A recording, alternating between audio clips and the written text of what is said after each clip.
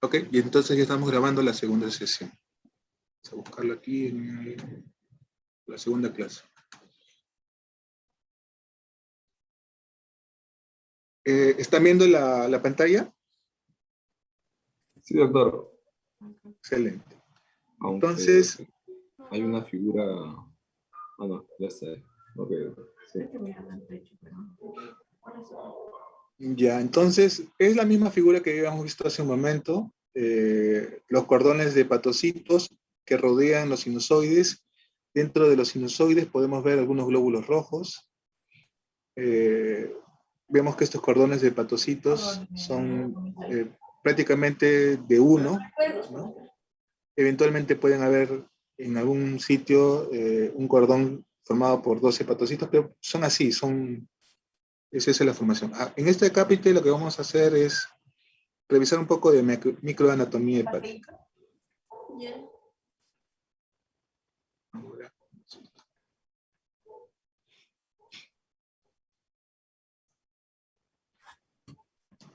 Decíamos que tenemos un espacio porta, ¿no?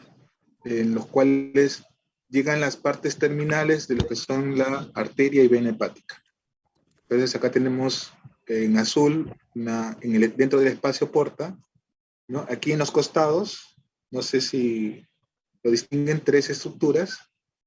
La azul es la vena, la roja es la arteria y la verde es el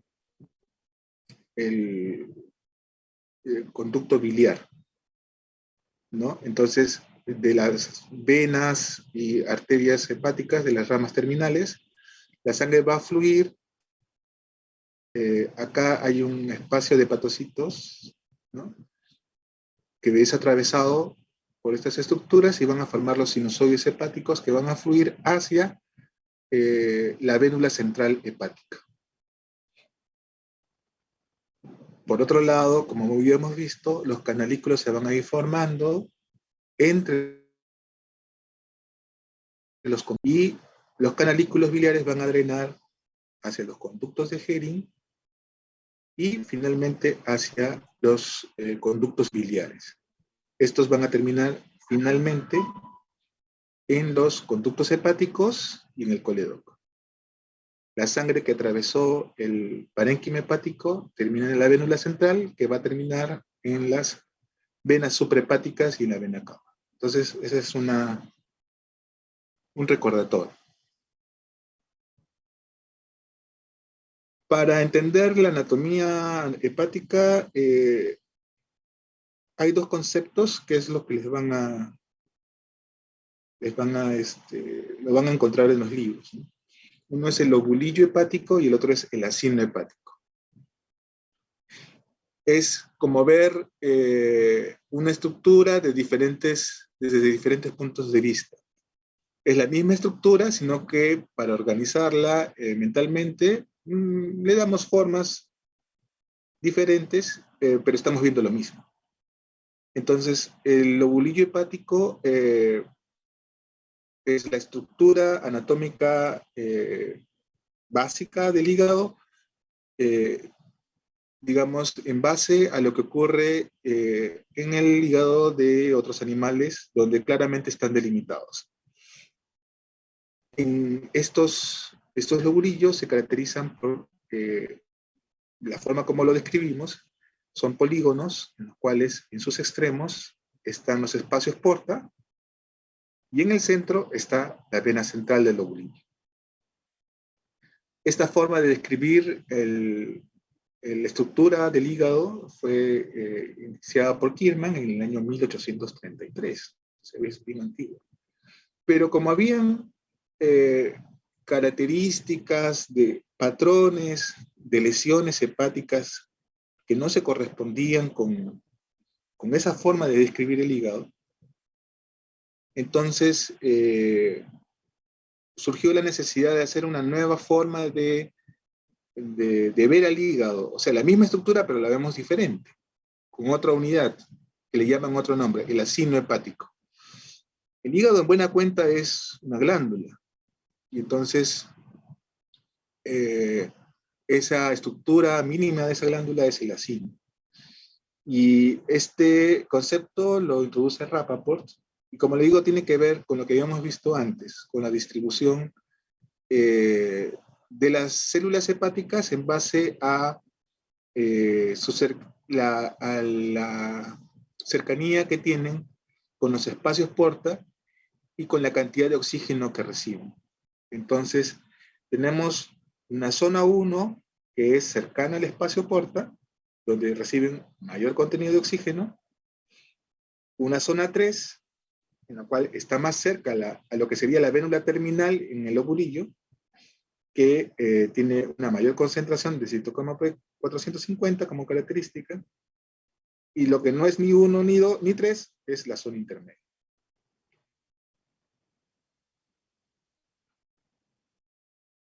Los componentes celulares del hígado pues son los hepatocitos, los macrófagos del sinusoide, que son las células de Kupffer, las células de Ito, las células esteladas, las células sinusoidales de los sinusoides hepáticos que ustedes ya conocen por anatomía. Solamente esto es un recuerdo nada más. Recordemos que los hepatocitos son células con formas de poliedros que pueden tener 1 o 2 núcleos. Estas células tienen polaridad en el sentido de que tienen una membrana que adopta diferentes características en base al sitio en que se ubica. Entonces, hay una membrana que es la que se une con el otro hepatocito, el hepatocito adyacente, que es la membrana lateral, en la cual hay desmosomas y uniones densas, los cuales van a impedir el paso de sustancias a través de esa membrana. Hay una membrana biliar, que es la que forman 2 hepatocitos conexos alrededor del canalículo. Esa zona es la membrana biliar, caracterizada por tener microvellosidades, porque hay una gran función de excreción. Y ustedes saben que las microvellosidades sirven para aumentar la superficie de una estructura. Entonces, esa membrana biliar tiene esa característica. Como habíamos visto, estos canalículos no son microscópicos, son ultramicroscópicos. Entonces, se pueden ver en lo que es una microscopía electrónica, no así en una microscopía normal. Y tenemos una membrana sinusoidal, que es la que está adyacente al sinusoide hepático. También tenemos microvellosidades y se caracterizan por la secreción y absorción de sustancias, algo parecido a lo que sucede con la membrana biliar. Hay una gran cantidad de retículo endoplásmico liso y rugoso por la capacidad de síntesis que tienen estas células, y es lo que le dan la apariencia eosinofílica a los hepatocitos. Y también gran cantidad de mitocondrias por la alta capacidad de realizar las funciones propias del hígado. También tenemos una gran cantidad de lisosomas, aparato de Golgi y almacenamientos de glucógeno. Los hepatocitos tienen múltiples funciones que tienen que ver también con las funciones del hígado. Entonces, veamos algunas que son importantes. Por ejemplo, la función de síntesis de proteínas. Nos van a ayudar mucho en lo que es la evaluación de la función hepática. Entonces, estas proteínas que producen, por ejemplo, es la albúmina. Entonces, un paciente que tiene una enfermedad crónica del hígado, como la cirrosis, la albúmina va a disminuir. El tiempo de protrombina, que tiene que ver con las proteínas de la coagulación que produce el hígado, y por lo tanto los tiempos de protrombina se alargan en un proceso de una enfermedad hepática aguda, ¿no? Sobre todo cuando hay una alteración importante del hígado. Hay también reacciones metabólicas de excreción, como hemos visto con lo de la bilirrubina, que son reacciones en las cuales se les adiciona moléculas a una sustancia para poder convertirlas en sustancias de no polares a sustancias polares y poder ser excretadas. Entonces, tenemos pues la bilirrubina, tenemos fármacos, Tenemos también la excreción por vía biliar de sales biliares y colesterol, que son los que van a formar la bilis. Entonces, hay una función sintética del hígado y hay estructuras vasculares dentro del parénquima hepático que son los que van a explicar las enfermedades del hígado en cuanto a su sinología que presentan. En cuanto a esta circulación, sabemos que van a través de los sinusoides hepáticos. Los sinusoides no son más que capilares como cualquier otro capilar del cuerpo, con la diferencia que son capilares fenestrados, es decir, que tienen unos huequitos, unas fenestras. Estos huequitos o fenestras permiten que el plasma pase a través de ellas y tengan un mayor contacto con la superficie de la membrana sinusoidal del hepatocito. Entonces, estas fenestras pues son también ultramicroscópicas, 100 a 150 micras, y sirven como un tamiz, ¿no? Esa es su función, servir como un tamiz. O sea que va a permitirle al hepatocito nuevamente tener contacto con el plasma de la sangre y un contacto mínimo, pero que también puede existir con las células de la sangre, principalmente en este caso van a ser macrófagos o con los linfocitos. Entre la membrana del hepatocito y la membrana de la célula sinusoidal va a haber un espacio. Ese espacio se llama espacio perisinusoidal o espacio de Dissé.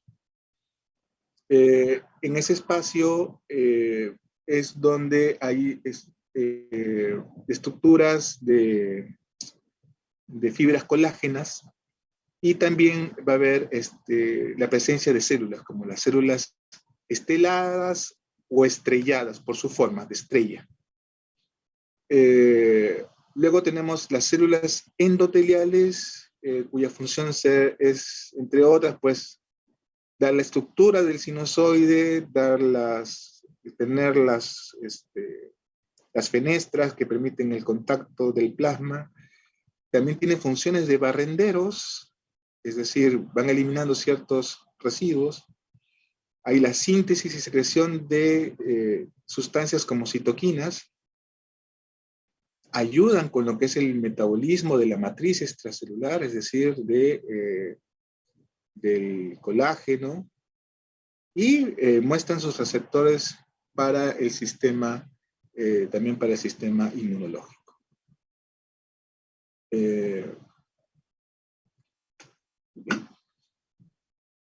Si lo vemos en microscopía electrónica, vemos las fenestraciones claramente en un sinusoide hepático. Entonces lo que estamos viendo es el interior del sinusoide.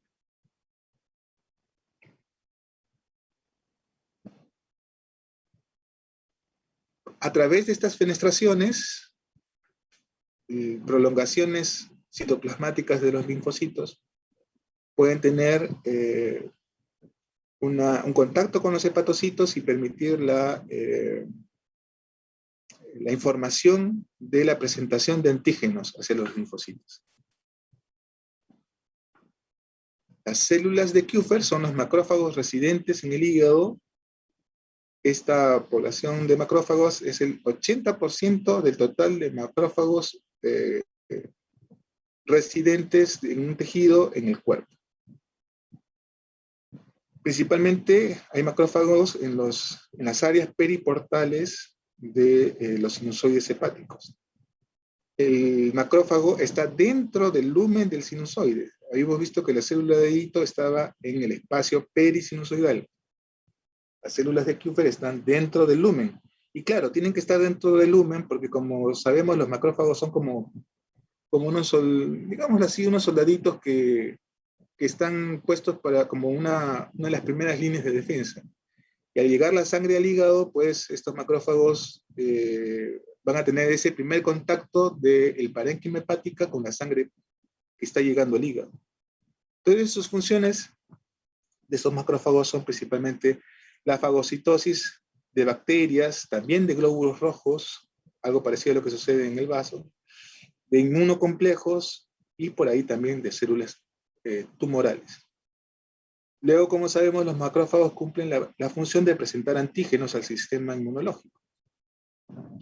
Llevan también la producción de citoquinas, radicales libres de oxígeno, factores de crecimiento, etc. Y van a inducir a la proliferación de células esteladas, esas que hablamos hace un rato que estaban dentro del espacio de Dicé. Entonces, estas células esteladas, una vez que se ha inducido su proliferación, se convierten en miofibroblastos, y estos miofibroblastos tienen la capacidad de producir colágeno, que se deposita en estos espacios y generan lo que es la fibrosis. Entonces, hablando de estas células esteladas, también se llaman células de hito, lipocitos, pericitos y células perisinusoidales, porque, como recordamos, están en el espacio perisinusoidal. Si ven, en el dibujo hay un círculo verde que nos está indicando dónde está la célula estelada. Abajo está el hepatocito y arriba de esa célula está una célula sinusoidal. Entonces, esas células esteladas están en esa área, en el espacio de Dicé o espacio perisinusoidal. Se encuentra mayor número de estas células en el área periportal. Estas células, dentro de sus funciones, están en el almacenamiento de grasa, también de la vitamina A y la producción de colágeno. Tienen también la función de regular el flujo sanguíneo del sinusoide en base a los diferentes estados que se pueden presentar. Producen y metabolizan, es decir, producen y destruyen la matriz celular, es decir, del colágeno. No es visible en forma de una microscopía normal, pero en estas zonas hay una estructura extracelular de colágeno. Pero cuando son activadas, como habíamos visto por los macrófagos, la célula estelada se convierte en miofibroblasto. El miofibroblasto tiene la capacidad, en primer lugar, de contraerse, adquirir una capacidad de contracción como que si fuera una célula muscular, y también genera colágeno, lo que va a generar la fibrosis y es parte de lo que es las características de la cirrosis. Esto va a llevar, en todo caso, finalmente a la hipertensión portal. También hay unas células PIT, llamadas PIT, que no son más que linfocitos intrasinusoidales, o sea que también están en el espacio sinusoidal igual que las células de Kupffer. Tiene contacto tanto con las células de Kupffer como con los hepatocitos. Son una forma de células natural killer.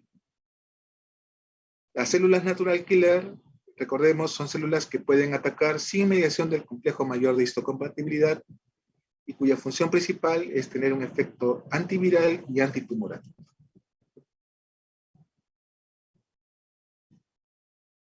Ya habíamos visto lo de los canalículos, es para ser repetitivos y para ver con tinciones en una microscopía normal, cómo si se pueden de repente ver cómo estos canalículos atraviesan estos cordones de células hepáticas y adyacentes están pues los sinusoides hepáticos.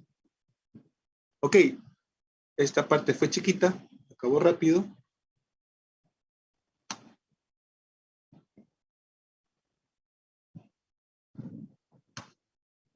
Si hay alguna duda,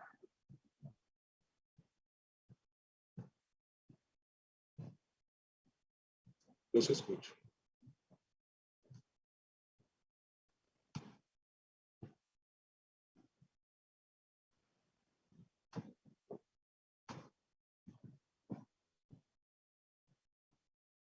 ¿Alguna duda, muchachos? Todo está claro, creo, ¿no? En esta segunda está un poco más claro. Bueno, y es más sencillo, además. Bueno, ahora vamos a hablar.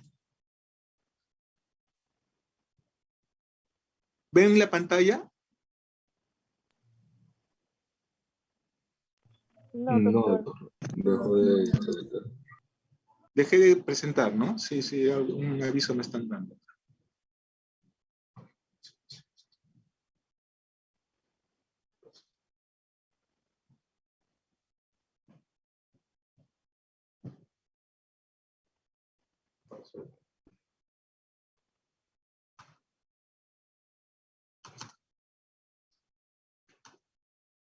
Pero en la presentación anterior sí vieron claramente la pantalla, ¿no? Sí, doctor. Okay. ¿Ahora están viendo la pantalla? Así es, Sí, doctor. Okay. Estas clases son clases introductorias de este primer día, así de que estamos hablando de generalidades, no estamos entrando en profundidades. Así que por ahora solamente generalidades. Entonces vamos a hablar un poco de las enfermedades hepáticas en amplitud, ¿no? ¿Qué tipo de enfermedades hepáticas hay? ¿Cómo son? Y de repente, ¿cómo podemos distinguirlas? Entonces, una enfermedad del hígado puede ser algo agudo o puede ser algo crónico. Ahora, toda enfermedad empieza por ser aguda y puede terminar siendo aguda. Pero si pasa la etapa de agudeza, puede llegar a la cronicidad. Les digo esto, aunque me parece que es redundante, es que a veces crea confusión hepatitis aguda, crónica, cómo sé cuál es cuál, y entonces queda puede crear algo de confusión, les digo porque también me pasaba a mí. Entonces, como vuelvo a decirles, una hepatitis puede ser en un inicio, cuando comienza la enfermedad, todas van a ser agudas. Y pasado el tiempo, llega a una cronicidad. Pero habrán enfermedades, nuevamente insisto, en que la enfermedad se resuelve y ya no pasa a una etapa crónica y se quedó como aguda, no llegó a la cronicidad. Ese es un primer punto. Ahora, dentro de la agudeza, puede ocurrir que la enfermedad sea sintomática o no. Es decir, empezó un proceso en el hígado que llevó a daño hepático, pero que no dio síntomas. No hubo ictericia, no hubo dolor abdominal, no hubo mayor cosa y la persona no se dio cuenta. Puede pasar un proceso sintomático. Que la enfermedad llegue a la cronicidad sin que la persona se haya dado cuenta. Y con el tiempo, la cronicidad de una enfermedad va a llevar a un daño severo del hígado, que es la cirrosis hepática. O puede llegar a una complicación que es el carcinoma hepatocelular. Y la enfermedad comenzó, eso a veces lo vemos, con una hematemesis producto de una ruptura de varices esofágicas que son consecuencia de una cirrosis hepática. Y la persona nunca supo que estuvo enferma del hígado. Es decir, pasó su etapa aguda, silente, gran parte de su etapa crónica silente, y recién se hizo clínica la enfermedad cuando se hizo evidente clínicamente, cuando debutó con un sangrado digestivo. ¿Ok? Entonces, puede pasar eso también. En la etapa aguda, les decía, puede ser asintomática o puede ser sintomática. Cuando es sintomática, puede ocurrir de que tenga unos síntomas transitorios, ¿no? Dolor abdominal, de repente por ahí algo de sensación febril por unos días, puede ocurrir ictericia, pero puede ocurrir que todo esto desaparezca y la enfermedad se resuelve. Eso ya lo habíamos visto. Por ejemplo, una hepatitis A. La gran mayoría de hepatitis A, cuando son sintomáticas, hay hepatitis A asintomáticas. Cuando son sintomáticas, en general, todas las hepatitis A se van a resolver. Es decir, el paciente va a generar anticuerpos y se va a curar. Pero puede ser que el daño sea tan severo que llegue a lo que se llama una falla hepática fulminante, una insuficiencia hepática aguda.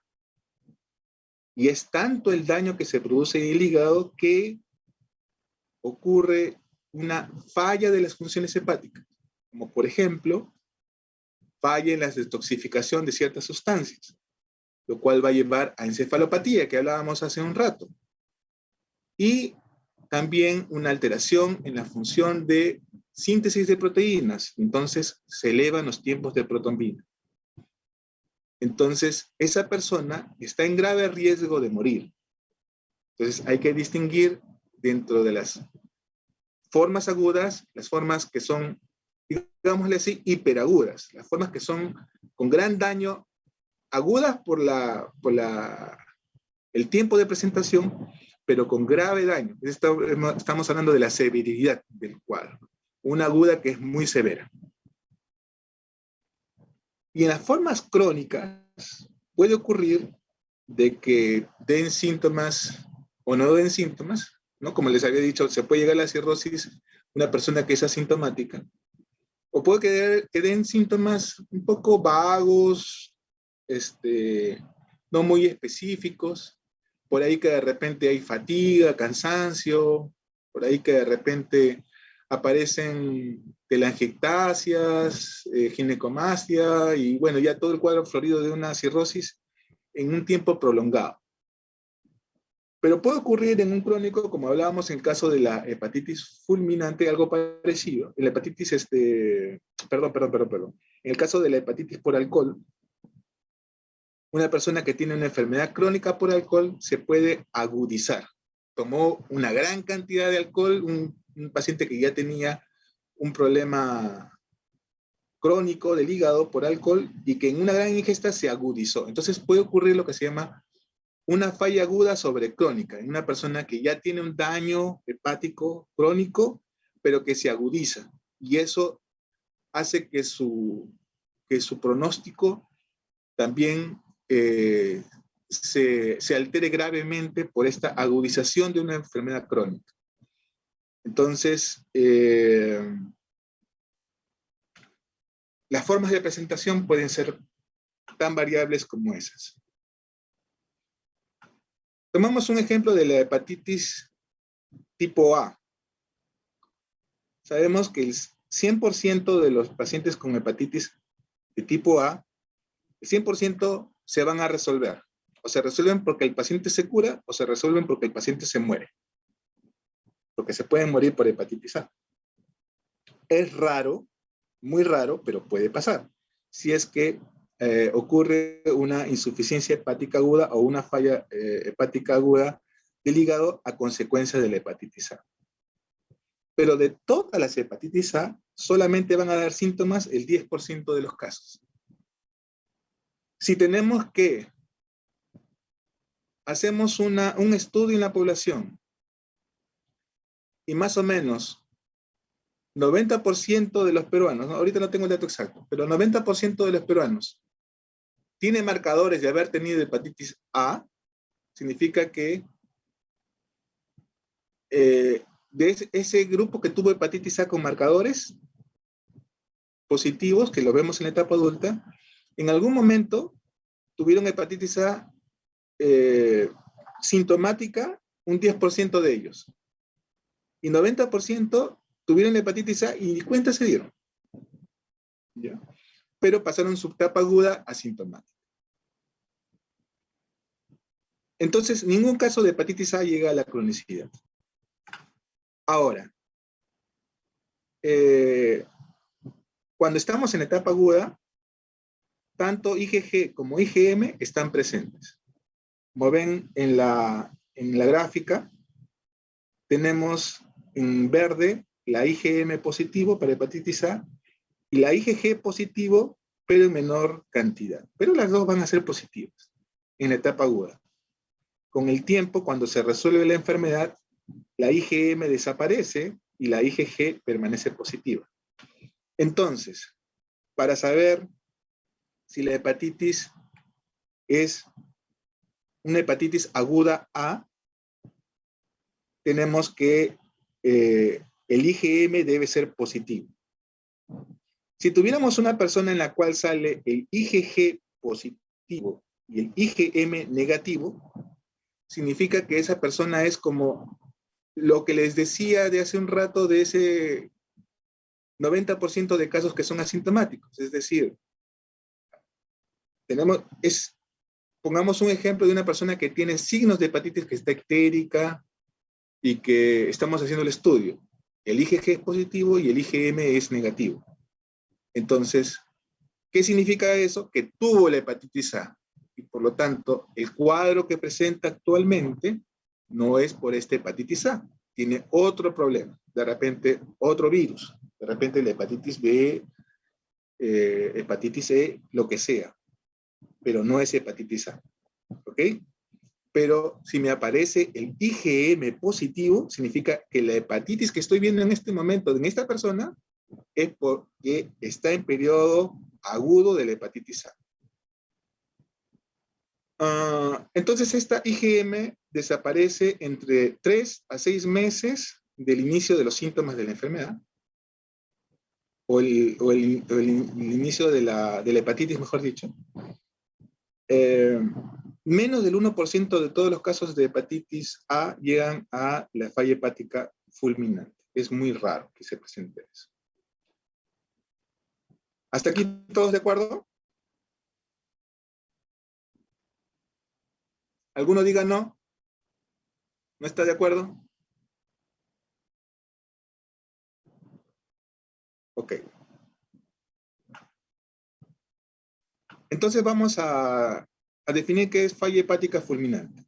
La falla hepática fulminante resulta de un daño agudo y grave provocado por diferentes causas que generan una alteración de la función de la síntesis del hígado, que eso se define operacionalmente como una prolongación del tiempo de protombina o INR, ¿no? El que tengan ustedes.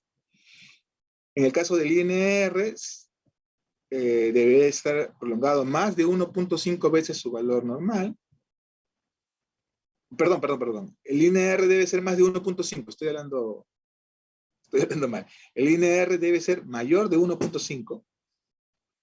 Y además de esa prolongación del INR, debe existir encefalopatía hepática de cualquier grado de severidad.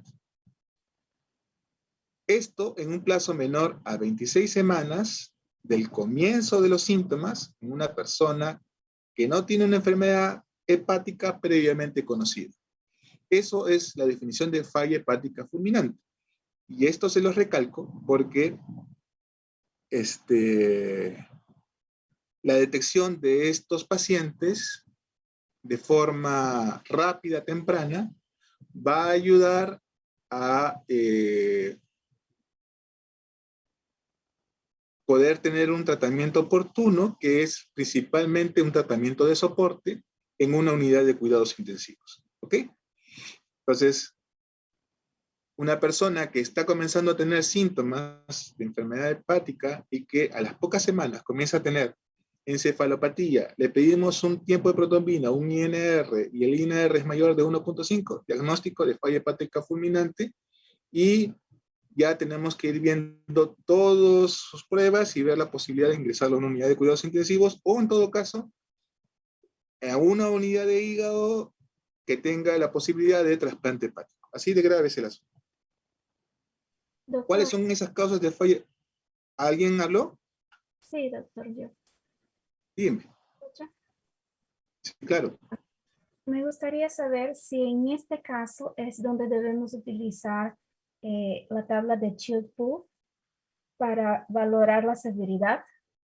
Es en este caso que tenemos que ver la bilirrubina, la albúmina, el tiempo de protombina, encefalopatía y ascitis, o es en otro caso. Ya, buena pregunta. El score de Child-Pugh es para pacientes con cirrosis. Solo pacientes con cirrosis. Ah, ok. Entonces en falla hepática fulminante no. No. Para falla hepática fulminante, tanto para falla hepática fulminante como para hepatitis por alcohol, hepatitis alcohólica, como para la cirrosis, nos ayuda otro score que se llama score de MELT, que eso vamos a hablar más adelante. Ah, sí, también ya lo... Entonces, ese score de MELT sí nos ayuda en falla hepática fulminante, pero más que el score de MELT, nos ayudan unos criterios que se llaman los criterios de King's College, que voy a ver si es que los podemos revisar. Pero en lo que es falla, lo que es hepatitis por alcohol, MELT. En lo que es cirrosis, MELT. Y en falla hepática fulminante, para ver pacientes con criterios para trasplante, es el score de King's College. Y para cirrosis, MELT y CHILD. El CHILD lo usamos porque es un viejo conocido y muchos estudios se hicieron con CHILD. Pero el MELT nos permite distinguir qué pacientes van a ir a trasplante. Vale, doctor. ¿Ok? ¿Algo más por ahí? No, gracias. Ok.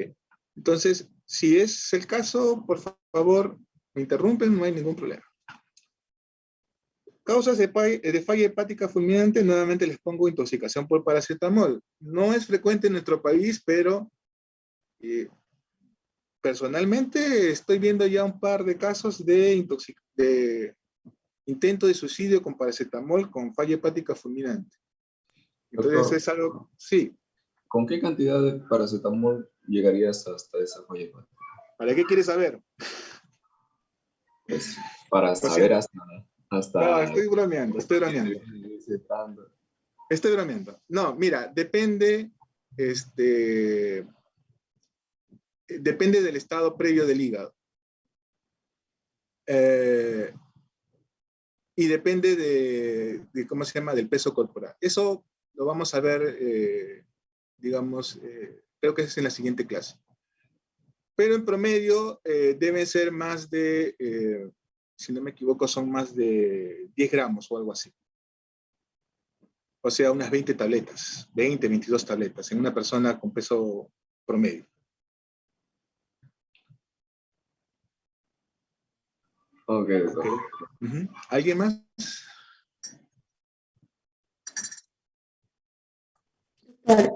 Esta falla hepática fulminante, pues imaginémonos que por una intoxicación por paracetamol, el hígado de esta persona va a volver a hacer lo mismo o no. ¿Qué pasa después de esta falla hepática? Algunos casos se resuelven y vuelve el hígado a su funcionamiento normal. En otros casos no se resuelven y van o al trasplante o se mueren.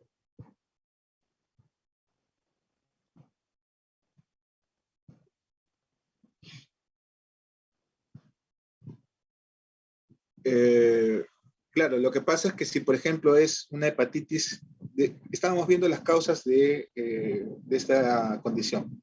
Intoxicación por paracetamol, virus hepatotropos. Cuando digo virus hepatotropos son los que conocemos que los que dan hepatitis. A, B, C, D, E, exactamente. Esos pueden dar falla hepática fulminante. Más raro que ocurra con hepatitis C. No suele ocurrir hepatitis C. O en las fallas hepáticas fulminantes no suele haber hepatitis C. Hepatitis autoinmunes, también. Virus no hepatotropos, como por ejemplo el virus Epstein-Barr, virus herpes. En algunos casos de hígado graso agudo del embarazo pueden terminar en falla hepática fulminante. Y un largo etcétera, porque es una cantidad interminable de causas, pero esas son algunas que pueden darles una idea. Ahorita estamos en generalidades. Alguien, a ver, veo el chat y el chat dice, ¿quién quiere terminar con sus sufrimientos? Son graciosos ustedes. Por eso dije la broma de, ¿para qué lo quieres? Ya está bien. Me siguieron la broma. La depresión es una cosa bien terrible. Un punto aparte de la charla es la depresión y esto de las intoxicaciones por paracetamol. Las personas que llegan a ese punto de quererse quitar la vida,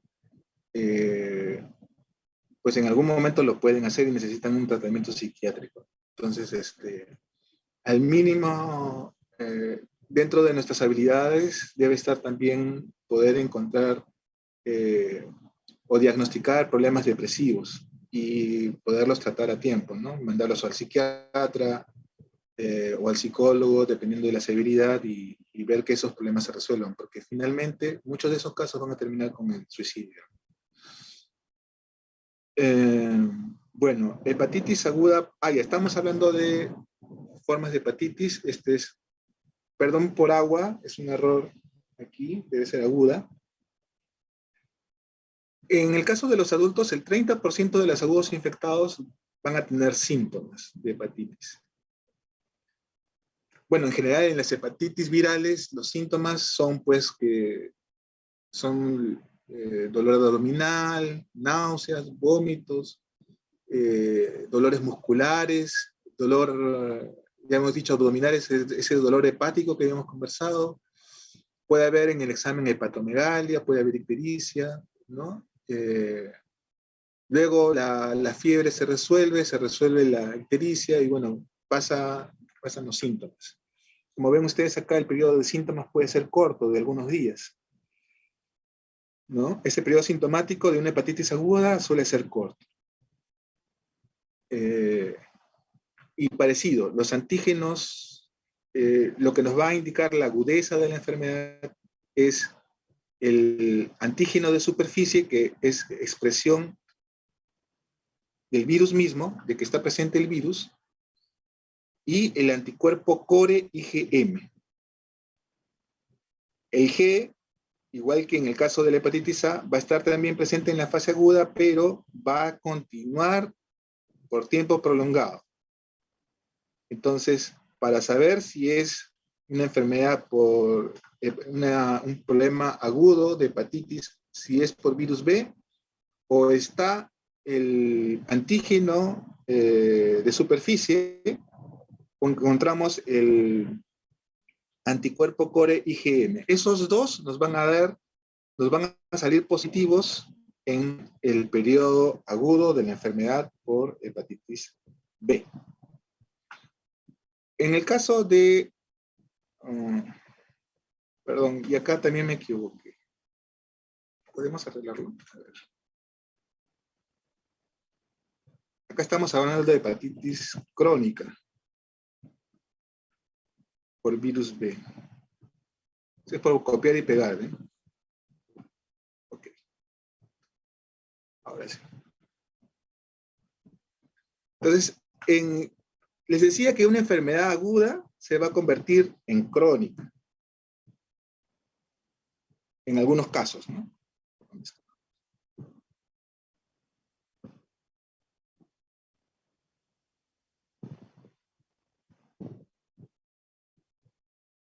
Ya. Pasados 6 meses del periodo agudo, de la hepatitis B, sea sintomático o asintomático, el 90% de casos de hepatitis B va a pasar lo mismo que el 100% de los casos de hepatitis A, es decir, se va a resolver y va a aparecer el anticuerpo anti-S, ya que ven acá. Entonces, esta sería la curva de una hepatitis B aguda, B, que se resolvió. El anticuerpo IgM desapareció, el core, el antígeno de superficie desapareció, y una vez que se resolvió la enfermedad, apareció el anticuerpo anti-S. El core IgG va a seguir siendo positivo durante toda la vida, pero este paciente tuvo una hepatitis B aguda que se resolvió. ¿Correcto? Esa es la imagen de una hepatitis B aguda que se resolvió, que además tuvo síntomas de acuerdo al cuadrito que tenemos acá. Pero puede ocurrir que haya una hepatitis B crónica que no se resuelve y que pasa a la cronicidad. Entonces, en este caso, el IgM pasa el periodo agudo y va a desaparecer el IgM. El IgG, como en el caso anterior, va a seguir siendo positivo. ¿Cuál es la diferencia? Que el antígeno de superficie permanece por más de 6 meses y se prolonga. ¿Ok? Entonces, la cronicidad de la hepatitis B ocurre por la permanencia del virus más de 6 meses en el cuerpo. Y eso es por una cuestión inmunológica. Algunas personas harán que desaparezca el virus B, y entonces tendrán el cuadrito anterior en la cual la forma aguda se resolvió y desapareció el virus.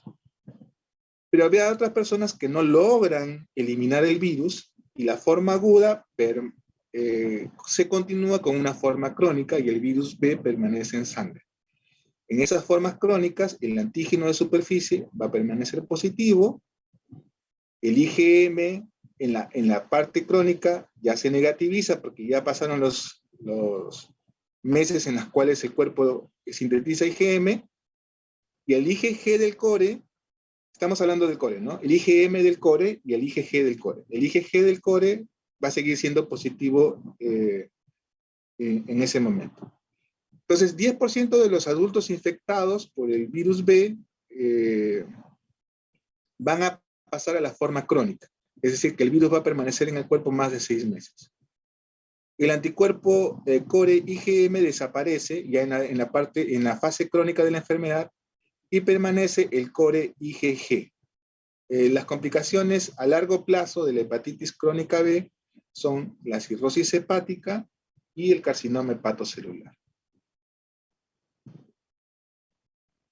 Bueno, eso era con respecto a la agudeza o cronicidad de las enfermedades, y hemos tomado como ejemplos los virus de hepatitis A, el virus de hepatitis B y la falla hepática fulminante por paracetamol. Entonces, esa primera parte fue de ver agudeza o cronicidad. Lo siguiente es ver qué tipos histopatológicos ocurren en el hígado de las diferentes enfermedades. Y acá hay diferentes tipos histopatológicos que causan enfermedad en el hígado, que a veces se solapan, están juntos unos con otros. Entonces, se forman, pueden ocurrir simultáneamente dos formas de trastornos en estos tipos histopatológicos en una persona determinada. ¿Cuáles son estos? Entonces tenemos las esteatosis, las hepatitis, una forma mixta de esteatohepatitis, las colestasis, que ya hemos revisado un poquito, las fibrosis y la cirrosis, ¿no? Todas estas iniciales, esteatohepatitis, hepatitis, fibrosis, colestasis, en sus formas crónicas, pasado años de enfermedad, pueden llegar a la cirrosis hepática y al carcinoma hepatocelular. De las esteatosis tenemos dos formas, la macrovesicular y la microvesicular. La macrovesicular las vemos como gotas gruesas, grandes, que ocupan casi todo el hepatocito, toda la superficie del hepatocito. No tienen marcadores serológicos cuando son formas puras, entonces las transaminasas, las fosfatasas, las enzimas colestásicas en general, pueden estar normales. Estas esteatosis pueden estar asociadas en algunos casos a inflamación, y entonces ya se llaman esteatohepatitis. Y en ese caso, por el componente inflamatorio, por eso el término hepatitis, en ese caso las transaminasas se elevan, pero comúnmente se elevan en una cantidad menor a 5 veces el valor máximo normal de la TGP. ¿Cómo detectamos estas esteatosis? Pues por ecografía, tomografía y resonancia. Y como tenemos muchos gorditos, entonces es muy frecuente la detección de esteatosis. Tenemos también muchas personas que consumen alcohol, que es otra causa de esteatosis. Entonces, como esteatosis macrovesicular, tenemos causas como el alcohol, la enfermedad grasa no alcohólica, que es lo que por sus siglas en inglés se le llama NALFD, N-A-L-F-D, enfermedad hepática grasa no alcohólica. ¿Por qué no alcohólica? Porque hay una enfermedad grasa del hígado producida por el alcohol que es digamos, similar. También puede ocurrir por medicamentos, como por ejemplo, corticoides, ¿no? Hormonas, ¿no? Pueden llevar a estas esteatosis. La otra forma de esteatosis es la microvesicular. Esto es un recuerdo de lo que han llevado en patología. Aquí las gotitas de grasa son más pequeñitas, ¿no? Y ocupan casi todo el hígado. No son esas gotas gruesas de las macrovesiculares, son gotas más pequeñitas. Aquí sí hay un componente inflamatorio importante. Hay elevación de transaminasas y hay una disminución de la tasa de protrombina. Ejemplo de estetosis microvesicular es el síndrome de Reye. El síndrome de Reye es una disfunción en el hígado que se produce por alteración mitocondrial debido a al uso de aspirina en niños, generalmente niños febriles. Entonces, a los niñitos que tienen fiebre no se les debe dar aspirina. ¿Okay? Se les puede dar paracetamol, pero no aspirina. Otra forma de estetosis hepática microvesicular es la estetosis hepática aguda del embarazo, que como les dije hace un rato, puede llevar a la falla hepática fulminante. Entonces, la forma de descubrir la ecografía no le vamos a estar haciendo biopsias a todas las personas, pues, ¿no? Entonces, fácilmente se puede detectar con una ecografía. Para que la ecografía detecte estetosis debe haber una afección de más del 20% de los hepatocitos. En la ecografía se ve el hígado que tiene mayor ecogenicidad, es decir, mayor brillo que el riñón, y ahí lo ven claramente. La imagen del hígado es más clarita que la del riñón. Hay otras cosas más que se ven, pero bueno, esa es más o menos una idea de cómo se detecta la estetosis por ecografía. Si una ecografía nos dice que hay estetosis, pues créanla esa ecografía, sobre todo si es un buen ecografista. El problema de la ecografía es que es operador dependiente, y entonces puede haber allí algún problema del médico que realice el examen, pero si le creemos a ese médico, si nos dice que es estetosis, es muy probable que así sea. También se puede detectar por tomografía y resonancia, que son mucho más sensibles, es decir, que con mucho menos proporción de estetosis puede ser positiva la imagen. En la tomografía lo que se encuentra es una disminución de la atenuación del hígado, es decir, del brillo, y además nos permite cuantificar la estetosis, tanto en la tomografía como en la resonancia. La colestasis, lo que hay es, ya sabíamos que colestasis es una obstrucción al flujo de bilis que puede ocurrir desde la microscopía del hígado hasta la macroscopía de los conductos biliares mayores, ¿no? En las colestasis sí hay una alteración de la serología, hay fosfatasa alcalina y gamma-glutamil elevadas. Las colestasis ya habíamos dicho que pueden ser intra o extrahepáticas, y las imágenes son las que nos ayudan a distinguir si es intra o extrahepático. Causas de colestasis pueden ser problemas autoinmunes, como la cirrosis biliar primaria, medicamentos, como el uso de la amoxicilina con ácido clavulánico. Pueden haber parásitos, litos, tumores, iatrogénicas, todo eso puede producir obstrucción de la vía biliar, tanto intrahepática como extrahepática. Los procesos crónicos de colestasis pueden llevar a la cirrosis, ¿no? Ya hemos visto que todas estas condiciones a largo plazo pueden llevar a la cirrosis hepática, tanto los hepatocelulares como los colestásicos.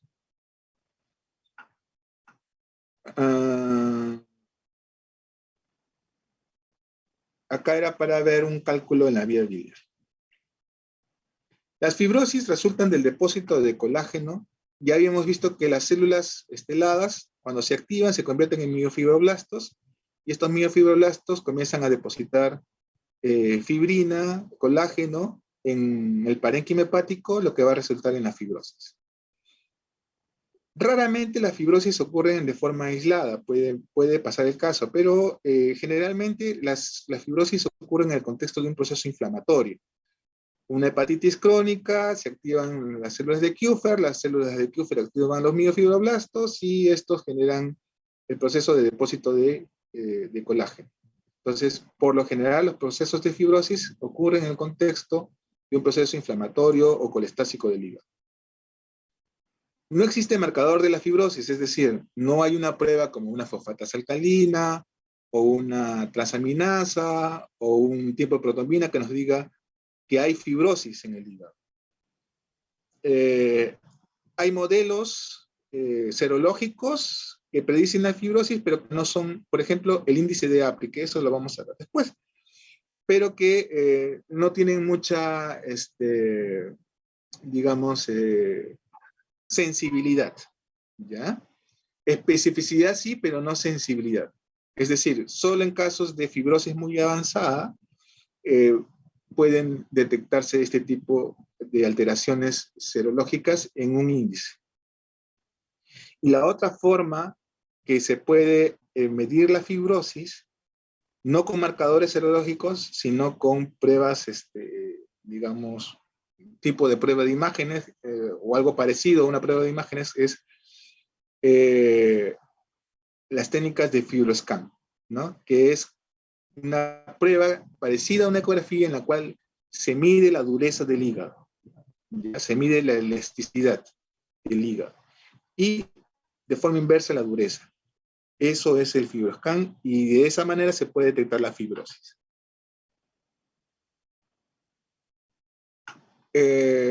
Finalmente, todos estos procesos llevan a la aparición de cirrosis hepática. La cirrosis se caracteriza por la aparición de septos fibrosos, ¿no? Junto con nódulos de regeneración. Eso puede o no puede dar síntomas. Puede ser algo leve o mejor dicho, siempre hay que considerar la cirrosis como algo importante, ¿no? Pero puede dar síntomas no muy claros o pueden ser claramente sintomáticos con una serie de alteraciones físicas inclusive, ¿no? Entonces, de esta alteración se derivan dos problemas principales. Uno es la disminución de la masa funcional del hígado. Y entonces, como en la cirrosis, como el hígado no... hay menos hepatocitos que funcionen, entonces hay menos producción, por ejemplo, disminuyendo la producción de albúmina. Entonces, en sangre vamos a ver una albúmina disminuida. Vamos a ver que poco a poco van disminuyendo las proteínas de la coagulación, la síntesis de proteínas de coagulación. Entonces, los tiempos de coagulación, tiempos de protrombina, se van a ir prolongando. El TP y el INR, que es lo mismo, se va a prolongar. Entonces, además de la disminución de la masa funcional hepática, la otra alteración importante para describir a la cirrosis es la alteración del flujo sanguíneo. Es decir, que esta alteración de la estructura lleva a un aumento de la presión de la vena que llega al hígado, que es la vena porta. Y eso, como sabemos, nos va a determinar de que la persona pues aparezcan varices de esófago, ascitis, etc. La cirrosis puede ser identificada por sus síntomas clínicos, por sus alteraciones bioquímicas y también por las imágenes que se pueden evidenciar. En ecografía, tanto como en tomografía, vamos a ver un hígado de tamaño reducido, con un parénquima que no es homogéneo, es un parénquima heterogéneo, con bordes romos y una superficie irregular, micronodular, ¿no? Con un aumento del tamaño del vaso, ¿no? Eso es lo que estamos viendo en ese caso. ¿Ok? Este también fue cortito. ¿Alguna duda aquí?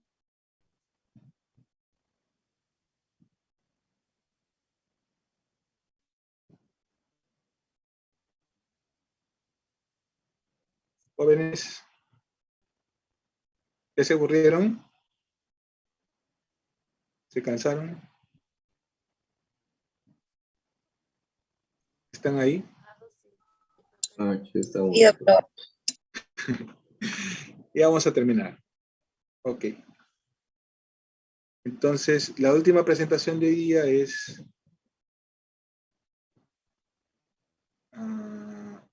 otra vez me pasó lo mismo que hace un rato.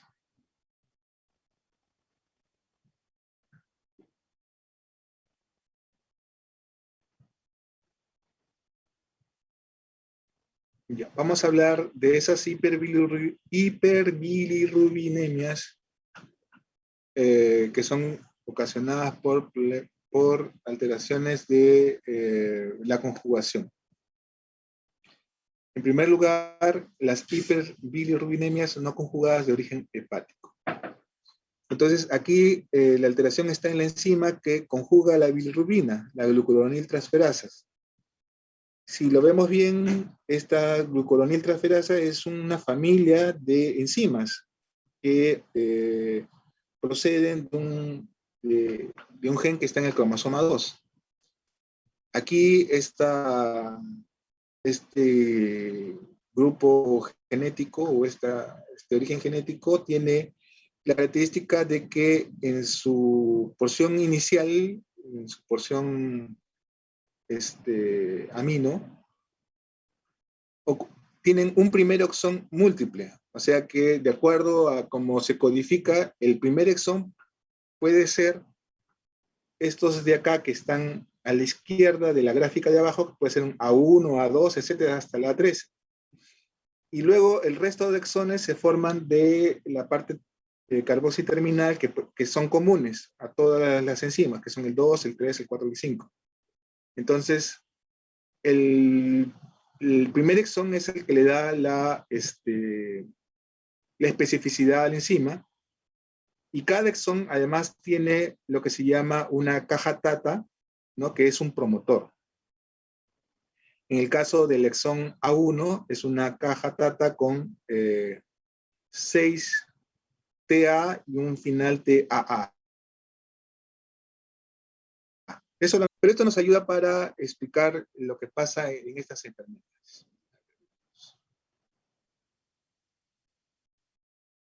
Estos defectos de conjugación son dos: el Crigler-Najjar y el síndrome de Gilbert. Aquí lo que existe entonces en ambos casos es un defecto de nacimiento, un defecto de origen genético de esta enzima glucuroniltransferasa, por un defecto en el gen mismo. El gen se llama, vamos aquí, UGT1A1, porque la glucuroniltransferasa para la bilirrubina es el exón A1. Y entonces el gen para la conjugación de la bilirrubina se llamaría gen UGT1A1, con su caja tata. ¿Ok? O con su promotor, en todo caso. Entonces, ¿qué pasa? Para diferenciarlo ya de arranque claramente, el síndrome de Gilbert es común, es frecuente y es compatible con la vida y no tiene mayor importancia. El síndrome de Gilbert es una alteración leve de esta conjugación, por lo tanto las elevaciones de las bilirrubinas no son tan altas. Cuando la bilirrubina se eleva por la bilirrubina indirecta se eleva por más de 20, ocurre el riesgo de que pase la barrera hematoencefálica y que se impregne en los ganglios basales. Eso se llama kernícteros y es incompatible con la vida. Entonces, en el síndrome de Gilbert, volvemos a repetir, es una enfermedad o una condición bastante común, no hay alteración de la función hepática, y es una condición leve, no es completamente compatible con la vida y no va a dar mayor alteración, salvo que el hecho de que las personas que lo padecen cada cierto tiempo se ponen un poco amarillas, nada más que eso. El síndrome de Crigler-Najjar es, por el contrario, es una condición que no es común, es bastante rara. Si en el síndrome de Gilbert, me olvidé de mencionarlo, lo que está alterado es el promotor del gen, que está ubicado acá con esta flechita con caja roja, lo que está afectado es el promotor del gen. Y eso hace que la síntesis de la proteína sea parcial. En cambio, en el Crigler-Najjar, lo que está alterado es el gen mismo. Entonces, es el exón A1 es lo que está alterado. Entonces, aquí sí el defecto es mucho más severo y por lo tanto puede ser incompatible con la vida. Aproximadamente 1 de 1.000.000 de recién nacidos tienen este Krieger-Najjar, cuyos síntomas aparecen en los primeros días de vida. Existen dos tipos. El tipo 1, que es el homocigote, es decir, los dos genes están afectados. Es decir, los dos papás tenían el gen. Y eso hace que estas enfermedades aparezcan en sitios muy cerrados, de gente que, digamos, no, de poblaciones muy poco permeables a tener familia con gente fuera de sus sitios, ¿no? En sitios muy cerrados, por decirlo así. Como la mayoría de las enfermedades genéticas, ¿no? Suele ocurrir cuando se tratan de estos homocigotes, pues ocurre así. Bueno, entonces el tipo 1 del Krieger-Najjar es un homocigote, es decir, los dos alelos están comprometidos, tienen que estar los dos padres enfermos. Aquí hay una ausencia total de la función de la enzima. Y por lo tanto, la bilirrubina total, que es casi a predominio de bilirrubina indirecta, o mejor dicho, casi completamente bilirrubina indirecta, es mayor de 20 miligramos por decilitro. Esto es incompatible con la vida y el daño, la muerte va a ocurrir a los meses o al año de vida. En cambio, el tipo 2 es heterocigote, la ausencia de la función de la enzima es parcial y la bilirrubina va a estar entre 6 y 20, porque hay algo de función de la enzima. Entonces, esto sí tiene mejor pronóstico, sobre todo con tratamiento. El Krieger-Najjar, el tratamiento va a ser el trasplante de hígado. Entonces, volviendo a repasar, el síndrome de Gilbert es una enfermedad bastante común, suele aparecer los síntomas, la enfermedad está desde que nace, pero los síntomas comienzan a aparecer en la adolescencia, en la edad adulta, cuando comienzan a notar la ictericia en el joven.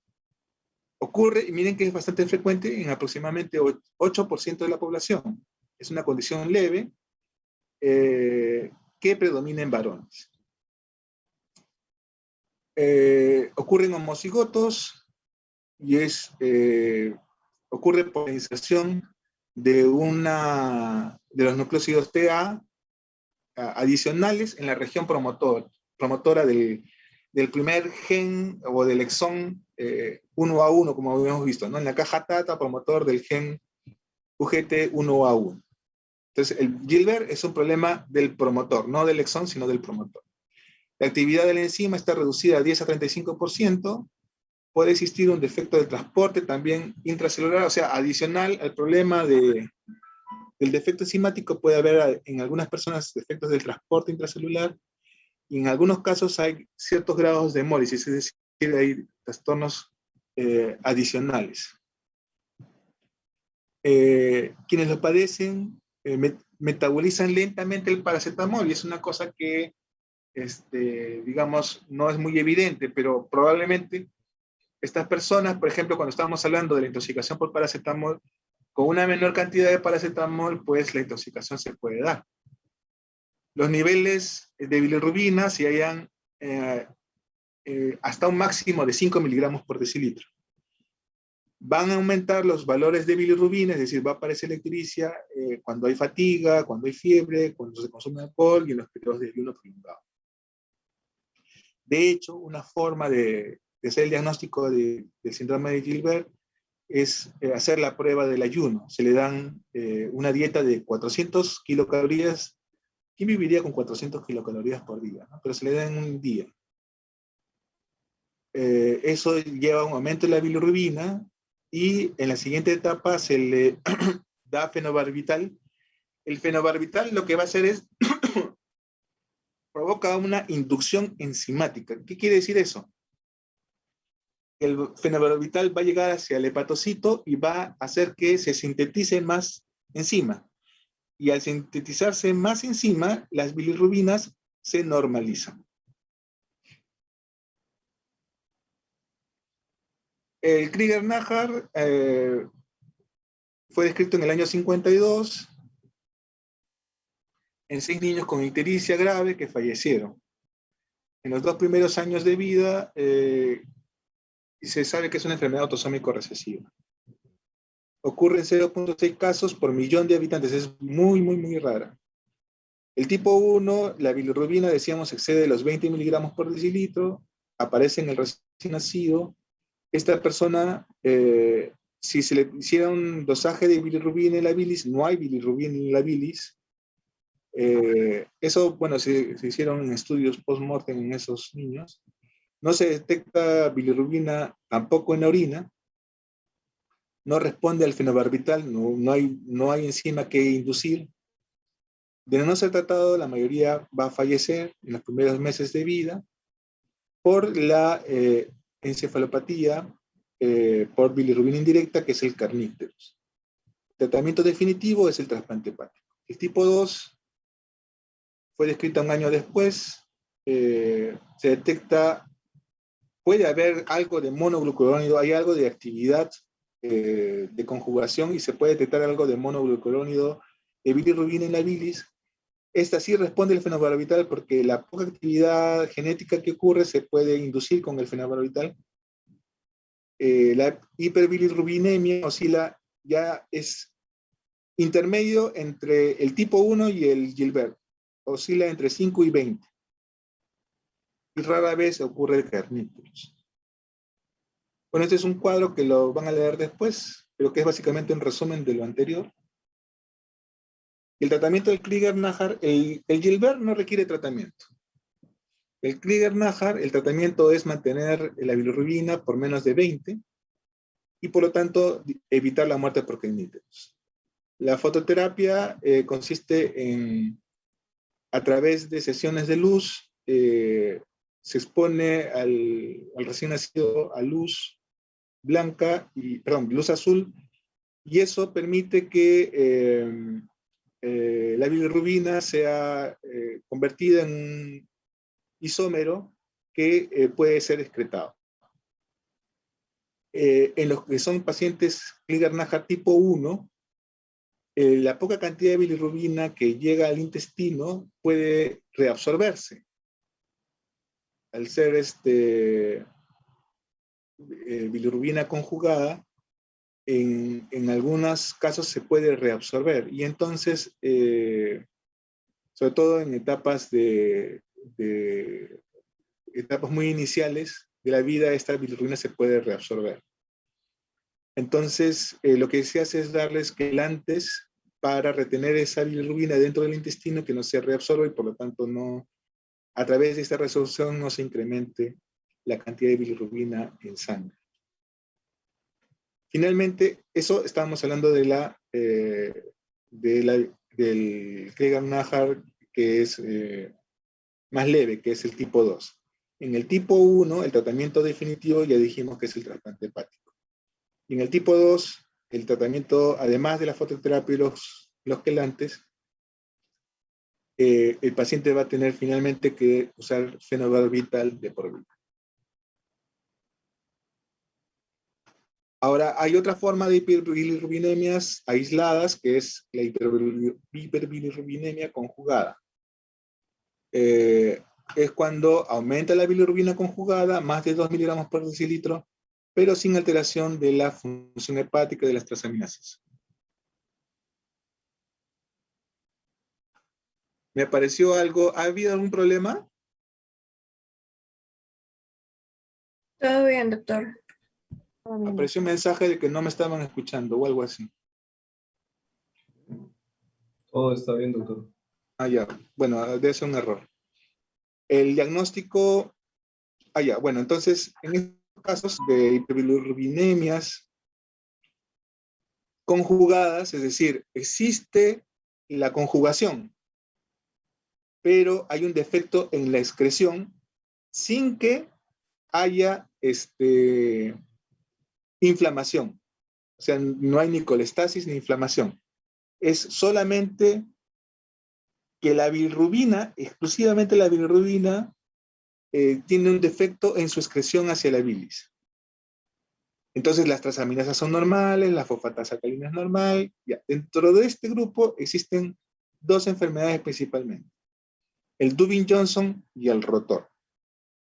Entonces, ahí tenemos bilirrubinas aumentadas, pero con transaminasas normales y enzimas colestásicas normales. Entonces, el Dubin-Johnson es que se inicia a los 2 años. La bilirrubina se termina conjugada, que está entre los 2 y 5 miligramos por decilitro, con pruebas de función hepática normales. Es un trastorno autosómico recesivo y lo que está alterado es la expresión del gen, ese que habíamos visto hace un rato para la expresión de bilirrubina, que es el MRP2, que es la proteína de resistencia a medicamentos tipo 2. Lo que pasa es de que si no va por la proteína expresada por este gen, hay otras vías de excreción de la bilirrubina. Por lo tanto, la bilirrubina tiene un defecto de su excreción, pero que no es total, es parcial. Y por lo tanto, como no se eleva tanto la bilirrubina, no pasa de 5 miligramos por decilitro, este trastorno es compatible con la vida y no genera mayor alteración más que un incremento de la bilirrubina conjugada. El diagnóstico se hace con biopsia hepática, en la cual se encuentra un pigmento oscuro, granular, en los lisosomas, y este pigmento que se ve microscópicamente, macroscópicamente, hace que el hígado se vea negro. La evolución es benigna y no requiere tratamiento. Ese es un hígado de un paciente con síndrome de Dubin-Johnson. Y finalmente tenemos el otro trastorno de este tipo, que es el síndrome de Rotor. Igual, un trastorno de la excreción de la bilirrubina conjugada, pero que no altera las funciones hepáticas. Este es el síndrome de Rotor. ¿En cuál es la diferencia? Aquí hay un aumento de la coproporfirina que llega en orina, que llega a 200 o 500% de su valor normal. La base genética, a diferencia del Dubin-Johnson, no es conocida, pero estos pigmentos en los lisosomas no existen, y por lo tanto el hígado no tiene esa pigmentación oscura del síndrome de Dubin-Johnson. Entonces en eso se diferencian el síndrome de Dubin-Johnson del de Rotor. Entonces esos son lo que en general son hiperbilirrubinemias aisladas. El título de esta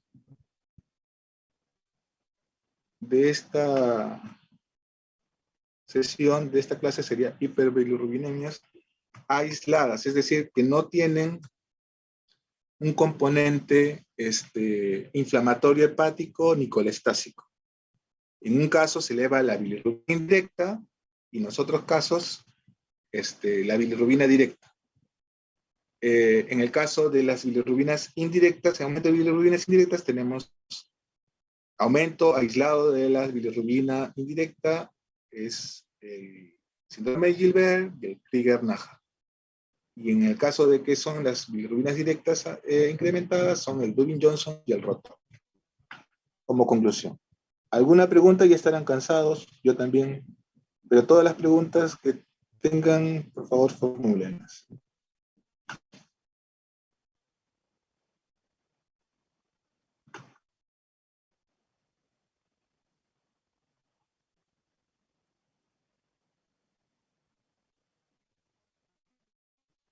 Si no hay preguntas, quiero comentarios.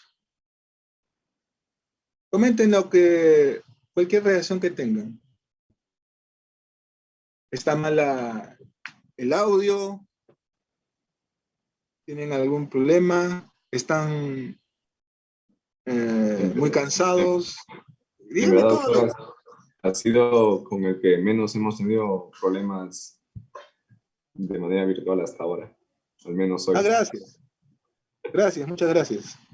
Esperemos que siga así. Bueno, muchachos, si eso es así y todo está comprendido, entonces cerramos esta sesión. A ver, voy a ver cómo es para apagar el... Doctor, disculpe, solo una pregunta que usted nos podría recomendar, ¿no? Digamos, para poder leer acerca de todos estos temas, ¿qué libro nos recomendaría? Mire, Harrison está muy bien y es algo que creo que todos tenemos. Ok, doctor, perfecto. Gracias. Ajá. Tanto en la parte básica como en la parte ya de más profundidades, el Harrison. Algo que me enseñaron cuando yo estaba en pregrado, yo hice el pregrado en San Marcos, y teníamos un profesor, Ricardo Ruiz Chávez, un gastroenterólogo, que más que hablarnos el 90% de su clase, no se los miento, era una discusión filosófica, una discusión de amigos, y el 10% de su clase era teoría. Era un tipo muy, muy chistoso, muy agradable, todo el mundo lo quería. Y nos daba muchos consejos, ¿eh? Era un tipo así bien, bien agradable. Y dentro de las cosas que siempre nos insistía en cuanto a los estudios es fortalecer mucho la base. Y entonces, primero, leer el libro de texto. Luego, comprendido bien el libro de texto, o sea, el libro de texto general, ¿no? Como el Harrison, el Robbins, el Harper, los que yo leía, ¿no? Y una vez que el libro de texto está bien comprendido, bien entendido, buscar los libros de especialidad. De repente, si uno quería profundizar, un libro de gastroenterología, de patología, qué sé yo. Y una vez que eso está bien entendido, ya buscar la cosa más específica, de repente en una revista, en una cosa así, pero ir en cada punto que vamos avanzando, ir por esas etapas. El libro de texto, el libro de especialidad y el libro y la revista. En la revista podríamos buscar primero los artículos de revisión, que son importantes, luego los metaanálisis, y luego ya las cosas más específicas, ¿no? Como que de repente la mutación del gen MRP12 con hiperbilirubinemia, qué sé yo, ya, esa mutación específica del gen, qué sé yo, eso es lo último que debemos de leer. Primero, fortalezcamos bien la base, ¿no? Con Harrison, Farreras, después podemos buscar otros libros. ¿Ok? ¿Algo más?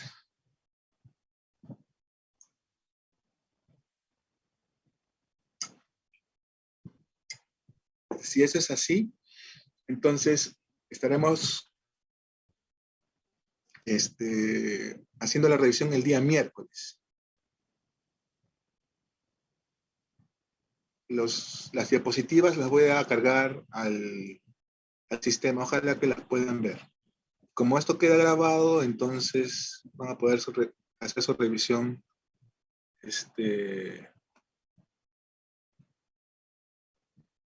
a partir de mañana, me parece. Bueno, chicos, gusto de verles. Bueno, verles no, escucharlos. No les pido